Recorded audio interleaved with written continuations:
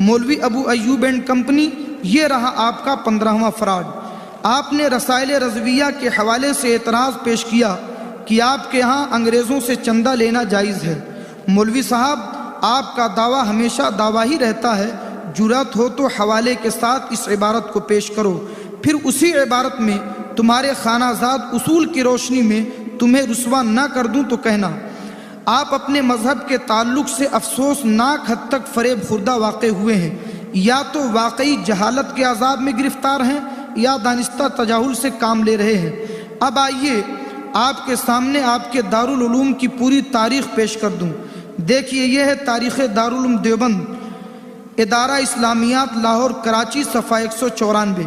اس میں صاف لکھا ہوا ہے کہ دارالعلوم سے تعاون اور چندے کے سلسلے میں شروع سے ہی یہ عمل رہا ہے کہ ہر مذہب و ملت کے لوگوں کے چندے قبول کیے جاتے ہیں۔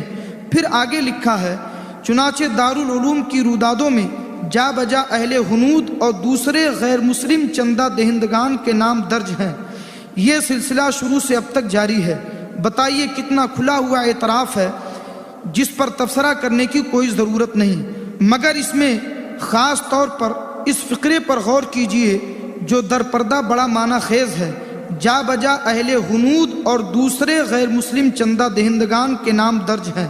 اسی طرح آپ کی جماعت کے رئیس القلم مناظر حسین گیلانی دیوبندی نے سوانح قاسم جلد دوم صفحہ 317 مکتبہ رحمانیہ لاہور میں ان باتوں کا اعتراف کیا ہے، بلکہ کچھ غیر مسلم چندہ دہندگانوں کے نام بھی پیش کیے ہیں۔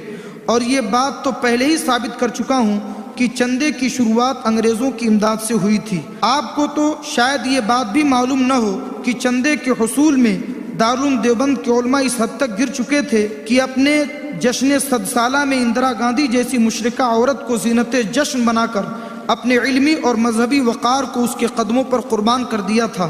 یہ آپ ہی کا دارالعلوم ہے جہاں سنجے گاندھی کے استقبال میں پورا دارالعلوم ہار اور مالے لے کے دوڑ پڑا تھا۔ اس لیے مولوی صاحب، دوسروں پر اعتراض کرنے سے پہلے اپنے گریبان میں جھانک لیا کرو۔ دوسروں کے عیب بے شک ڈھونڈتا ہے رات دن، چشم عبرت سے کبھی اپنی سیہ کاری بھی دیکھ۔